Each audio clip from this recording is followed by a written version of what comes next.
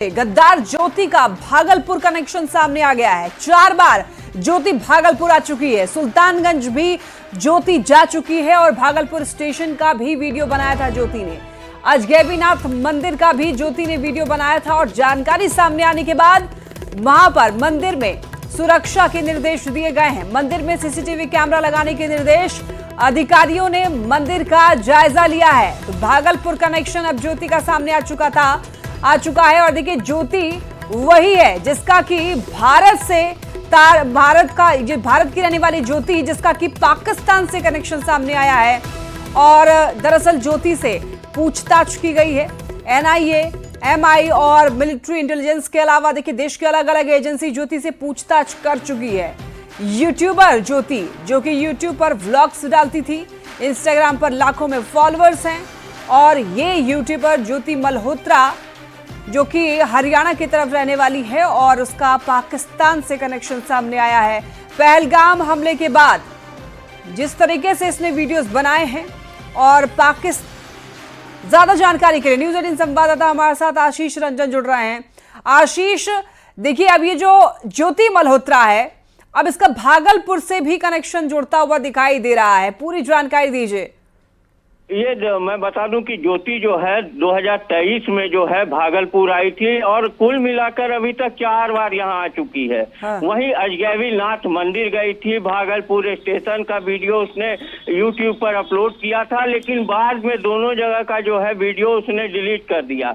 वहीं इसको लेकर जब पुलिस को जानकारी मिली है तो वरीय पुलिस अधीक्षक हृदयकांत के द्वारा डीएसपी को निर्देशित किया गया और सुल्तानगंज अजगैबीनाथ मंदिर की जांच कराई गई है और कई निर्देश दिए गए। वहीं सीसीटीवी कैमरा और वहां पर लगाने का निर्देश दिया गया है। श्रावणी मेले के समय में जो है लाखों की संख्या में श्रद्धालु वहां जुटते हैं और ज्योति अगर वहां आई थी तो किस लिए आई थी और क्या मकसद था और इसकी जानकारी उसने कहां कहां दी है, इसको लेकर भी जांच की जा रही है। वहीं भागलपुर में उसके संपर्क में कौन कौन लोग आए थे, 4 बार जब वो भागलपुर आई है तो वो कहाँ रुकी थी और कहाँ कहाँ गई थी, इसकी भी जानकारी अब जुटाई जा रही है। और जो है भागलपुर स्टेशन हो या अजगैबीनाथ मंदिर हो, सबकी सुरक्षा को लेकर जो है कड़े निर्देश दिए गए हैं और लगातार जो है पुलिस इसकी छानबीन में जुट गई है कि ज्योति के संपर्क में भागलपुर और सुल्तानगंज में कौन कौन लोग थे और वो कहां कहां गई थी,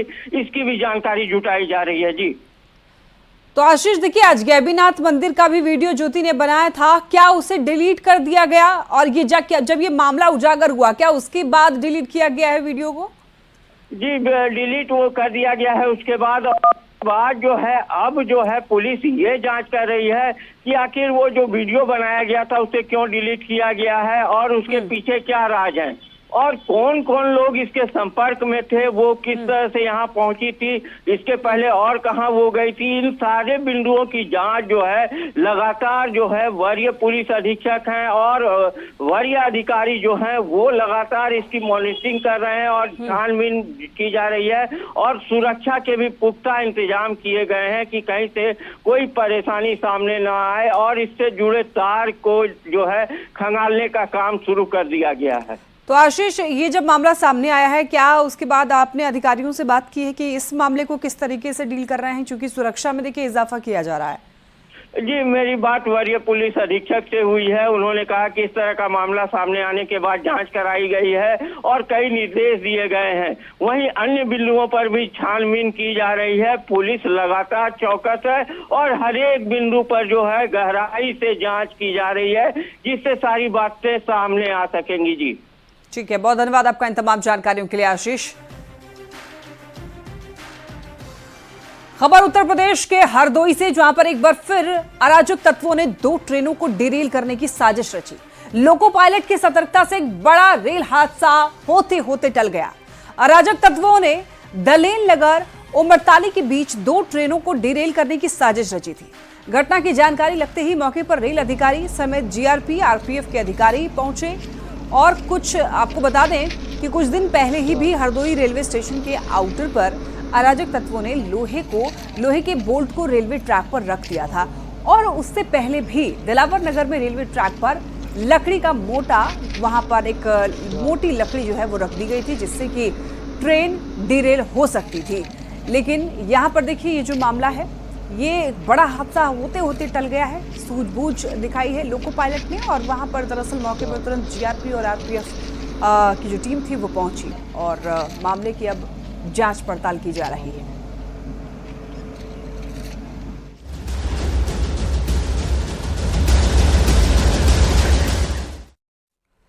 वक्फ संशोधित कानून को चुनौती देने के मामले में आज सुप्रीम कोर्ट में सुनवाई होगी। सुप्रीम कोर्ट अंतरिम आदेश देने पर दलीलों को सुनेगा और पिछले सुनवाई में सुप्रीम कोर्ट ने संक्षिप्त नोट दाखिल करने का निर्देश दिया था। सीजेआई बीआर गवई और जस्टिस एजी मसीह की बेंच जो है वो सुनवाई करेगी। केंद्र ने इसे सुने बिना कानून पर रोक न लगाने की अपील की थी। देखिए ये बड़ी खबर इस वक्त की, बताते चले आपको, वक्फ संशोधित कानून को चुनौती देने के मामले में आज सुप्रीम कोर्ट में सुनवाई होगी। सुप्रीम कोर्ट अंतरिम आदेश देने पर दलीलों को सुनेगा और पिछले सुनवाई में सुप्रीम कोर्ट ने संक्षिप्त नोट दाखिल करने का निर्देश दिया था। सीजेआई बीआर गवई और जस्टिस एजी मसीह की बेंच जो है वो सुनवाई करेगी आज इस मामले को लेकर। केंद्र ने इसे सुने बिना कानून पर रोक न लगाने की अपील की। तो आज सुनवाई होने वाली है सुप्रीम कोर्ट में वक्फ संशोधित कानून को लेकर के। दरअसल इसको चुनौती दिया गया है इस कानून को सुप्रीम कोर्ट में और आज सीजेआई की बेंच जो है वो आज यहाँ पर इस मामले को लेकर सुनवाई करने वाली है।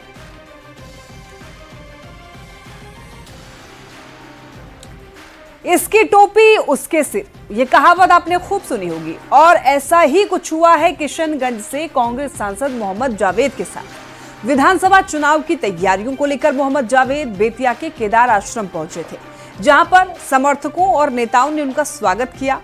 कांग्रेस नेता सुधा मिश्रा ने बड़े सम्मान के साथ उन्हें शॉल ओढ़ाया और मिथिला परंपरा के मुताबिक पाग भी पहनाया। लेकिन इसी पाग में बड़ा झोल हो गया और इस पाग पर बीजेपी का कमल फूल बना था। जैसे ही स्वागत कर रहे नेताओं का ध्यान पग पर गया, सभी भौचक्के रह गए और तुरंत ही सांसद के सिर से वो पग उतार लिया गया। अब ये वीडियो सोशल मीडिया पर वायरल हो रहा है। देखिए यहां पर आप देख सकते हैं डॉक्टर मोहम्मद जावेद, जिनके सर पर ये जो पग पहनाया गया है उसमें कमल का फूल बना हुआ है। जैसे ही लोगों ने नोटिस किया तुरंत इसको उतार लिया गया सिर से और इसीलिए इसकी टोपी उसके सिर, ये जो कहावत है वो यहां पर फिट बैठ रही है। बाबा बागेश्वर के नाम से प्रसिद्ध पंडित धीरेन्द्र कृष्ण शास्त्री आज पहली बार मुजफ्फरपुर आ रहे हैं। देखिए मुजफ्फरपुर सेवा संस्थान के अनुसार पंडित धीरेन्द्र शास्त्री पताही में कथा वाचन करेंगे। वो 21 मई को वापस लौटेंगे। 19 से 28 मई तक पताही के राधानगर चौसीमा में विष्णु महायज्ञ का आयोजन किया जा रहा है। इस महायज्ञ में वृंदावन के प्रसिद्ध कथावाचक अनिरुद्धाचार्य 23 से 27 मई तक कथा वाचन करेंगे। बाबा बागेश्वर के आगमन को लेकर तैयारियां पूरी हो चुकी है। जिला प्रशासन पूरी तरह अलर्ट है।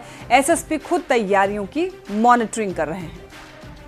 बागेश्वर धाम वाले बाबा धीरेन्द्र शास्त्री आज मुजफ्फरपुर आ रहे हैं। पताही राधानगर चौसीमा में बाबा शाम 6 बजे से हनुमंत कथा कहेंगे। बाबा के आगमन को लेकर तैयारियां जो है यहाँ पर पूरी हो चुकी हैं। जिला प्रशासन और पुलिस भी अलर्ट मोड में है। आज दोपहर के बाद बाबा दरभंगा एयरपोर्ट आएंगे, वहां से बाई रोड मुजफ्फरपुर आएंगे। बाबा के कारकेड में सैकड़ों गाड़ी रहने की संभावना है, तो ऐसे में इसको लेकर विशेष तैयारियां की गई हैं, प्लान बनाए गए हैं। ट्रैफिक डीएसपी ने यह कहा है कि शहर के ट्रैफिक व्यवस्था में थोड़े बदलाव किए जाएंगे और अधिक जानकारी दे रहे हैं न्यूज 18 संवाददाता प्रियांक सौरभ। भीड़ की सूचना हमें है। हम लोग को आयोजक समिति द्वारा बताया गया कि 50,000 से 1 लाख लोगों की भीड़ आएगी, जो जिला मुजफ्फरपुर और अगल बगल के जिलों से भी आना संभावित है। वो अपने निजी वाहन, ऑटो, मिनी बस से आ सकते हैं, जैसा हम लोगों को बताया गया है। तो आयोजक समिति ने यहाँ पे पार्किंग की व्यवस्था की है। हम लोगों ने उसका जायजा लिया है और तैयारियों के और निर्देश दिए हैं कि उसको और अच्छे तरीके से बनाएं, जिससे कि वाहनों को और उसमें आने वाले व्यक्तियों को कोई कठिनाई नहीं हो। मोतिहारी से बड़ी खबर, आरजेडी नेता शंभू गुप्ता अफीम तस्कर, अफीम के साथ में आरजेडी नेता गिरफ्तार। 1 करोड़ की अफीम जब्त हुई है। अफीम के साथ में 3 तस्कर की गिरफ्तारी हुई है। आरजेडी अति पिछड़ा वर्ग का नेता है, पूर्वी चंपारण का जिला अध्यक्ष है। नेपाल से अफीम की तस्करी करता था, यूपी और दक्षिण बिहार में इसका सप्लाई किया करता था। ये एक्सक्लूसिव तस्वीरें आपको दिखा रहे हैं। शंभू गुप्ता आरजेडी नेता जो कि अफीम के तस्कर के साथ मिला हुआ था, अफीम तस्करी में इनका नाम सामने आया है। 1 करोड़ की अफीम भी जब्त किया गया है। तथा शंभू गुप्ता पूर्व मुखिया पेशर चंद्रदेव साकी वार्ड नंबर 15 जितौरा थाना मधुबन जिला पूर्वी चंपारण। बराबर सामानों की सूची है 4 केजी अफीम, 55,000 रुपया तथा 4 मोबाइल फोन। इस कांड में संलिप्त अन्य अपराधियों के विरुद्ध निरंतर रेड छापामारी की जा रही है। चलिए अब बात कर लेते हैं मौसम की। बिहार में मौसम लगातार बदल रहा है। अगले 4 से 5 दिनों के लिए मौसम विभाग ने पूरे बिहार में अलर्ट जारी किया है। कई जिलों में ठनका और तेज बारिश को लेकर चेतावनी जारी की गई है। वहीं लोगों को तेज गर्मी से राहत मिली है। ज्यादा जानकारी दे रहे हैं न्यूज 18 संवाददाता शैलेंद्र कुमार।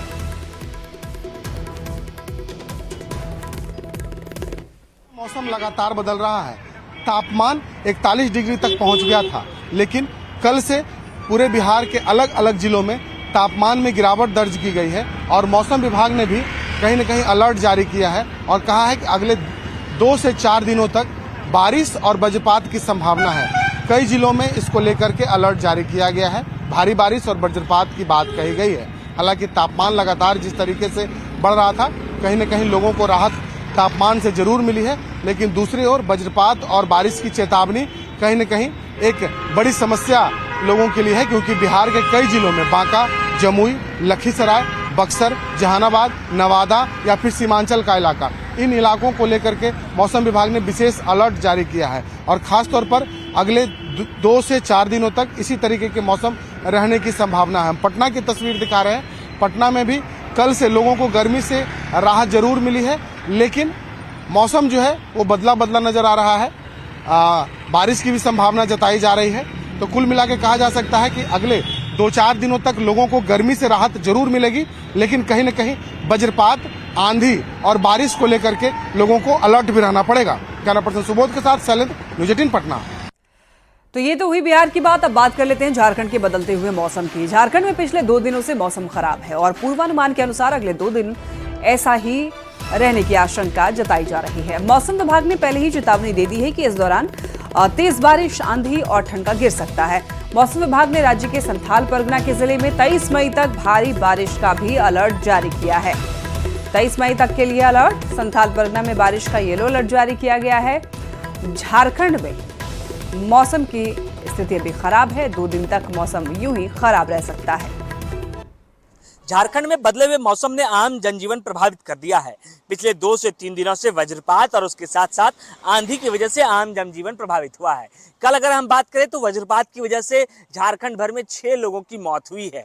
मौसम पूर्वानुमान की माने तो आज और कल भी राज्य के कई हिस्से में वज्रपात हो सकती है और इसे लेकर येलो अलर्ट भी जारी किया है। मौसम पूर्वानुमान की माने तो आज संथाल परगना के कई जिले में जो मौसम का असर है वो तेज हवा के साथ साथ भारी बरसात को लेकर अलर्ट जारी किया है। मौसम विभाग ने कहा है कि जिस तरीके से मौसम पिछले 2 दिनों से बदला है, आम लोगों को सचेत रहने की भी जरूरत है। हालांकि इस दौरान लोगों को उमस भरी गर्मी से राहत जरूर मिली है, लेकिन जिस तरीके से तेज हवा और आंधी के बाद बिजली प्रभावित हुई है, उससे भी आम लोगों को परेशानी हुई है। कल के मौसम की बात करें तो मौसम में जो परिवर्तन है वो भी देखने को मिला है। जो तापमान है उसमें भी गिरावट देखने को मिली है और बरसात भी अच्छी खासी देखने को मिली है। अगर हम राज्य भर में बात करें तो सबसे अधिक बरसात जो है वो खूंटी जिले में दर्ज की गई है, जहां अच्छी खासी बारिश हुई है। वहीं अन्य जिलों में और आज और कल भी मौसम विभाग ने इसे लेकर येलो अलर्ट जारी किया है। अगर आज की बात करें तो संथाल परगना के जिले में आज भारी बरसात हो सकती है। गौरव झा, न्यूज 18, रांची। गोपालगंज में पिछले 24 घंटे से लगातार हो रही बारिश के बाद आज मौसम सुहाना हो गया है। बारिश थमने से लोगों को राहत मिली है। वहीं तापमान में भी गिरावट दर्ज की गई है, जिससे हल्की ठंडक महसूस की जा रही है। अधिकतम तापमान गिरकर 34 डिग्री तक बना रहेगा। मौसम विभाग ने कुछ घंटे में फिर से ठनका और बारिश की संभावना जताते हुए लोगों से सतर्क रहने की भी अपील की है। प्रशासन ने भी खराब मौसम को देखते हुए सभी आवश्यक एहतियात बरतने की सलाह दी है। गोपालगंज से मौसम का हाल बता रहे हैं न्यूज 18 संवाददाता गोविंद कुमार। में आज मौसम सुहाना हो गया है। आज आसमान में सुबह से ही काले काले बादल छाए हुए हैं और कई इलाकों में तेज़ हवाएं भी चल रही है। इस वजह से मौसम सुहाना हो गया है। क्योंकि कल बारिश हुई थी और बारिश के बाद से ही मौसम सुहाना हो गया है। तापमान में भी गिरावट लगातार दर्ज की जा रही है और आज की अगर तापमान की बात करें तो गोपालगंज में आज अधिकतम तापमान 34 डिग्री तक पहुंचने का अनुमान जताया गया है।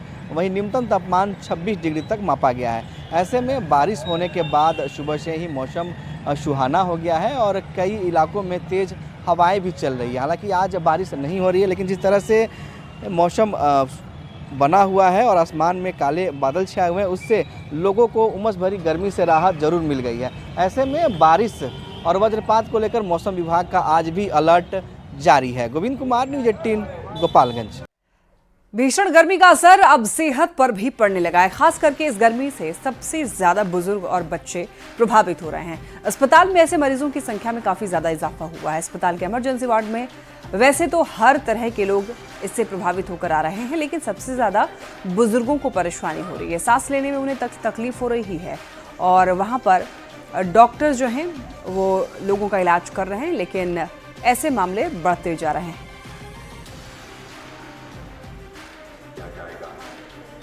चलिए बात करेंगे गिरिडीह की, जहां पर सरिया प्रखंड क्षेत्र के सर्वोदय गांव में बीती देर रात हाथियों के झुंड ने जमकर उत्पात मचाया है। 18 जंगली हाथियों का झुंड जो है वो राजदार धाम होते हुए गांव में घुसा और हाथियों ने कई लोगों के कच्चे घरों में तोड़फोड़ की है। बाउंड्री को नुकसान पहुंचाया है, घर में रखा अनाज भी चट कर गए और हाथियों के उत्पात से गाँव वालों में दहशत का माहौल है। भयभीत गाँव वालों ने वन विभाग से शिकायत की है, मुआवजे की मांग कर रहे हैं। सूचना पर पहुंची वन विभाग की टीम ने हाथियों को भगाने की कोशिश की। हालांकि हाथियों ने अभी भी गांव के नदी किनारे अपना डेरा जमाया हुआ है। वो थी ना, देखे हम कितना कर्जा महाजन लेके घर लगाइए और सब तोड़ फाड़ के चला जाते हैं और हर साल आते हैं, हर साल सब दीवार गिरा के चला जाते हैं। तो कहाँ से हम गरीब आदमी की करेंगे? चावल तावल है, सब कुछ खा पी के चला गया। अब गरीब आदमी कहाँ हम बाल बच्चा लेके रहेंगे? इतना नुकसान कर दिया, सब गेट तोड़ दिया, सब इन्हें गाछ वृक्ष के सब तोड़ दिया, सब आम कटहर के। हाथी आया 25 को लगभग और सारा गेहूँ, आटा, चावल और जितना घर था सब सबको सब मरिया तोड़ दिया और दीवार भी तोड़ दिया। बहुत नुकसान किया। बराबर आता है हाथी, परिवार से आया था, इसलिए नुकसान किया था। इन साल ढेर नुकसान कर दिया, बाउंड्री भी तोड़ दिया बहुत बड़ा।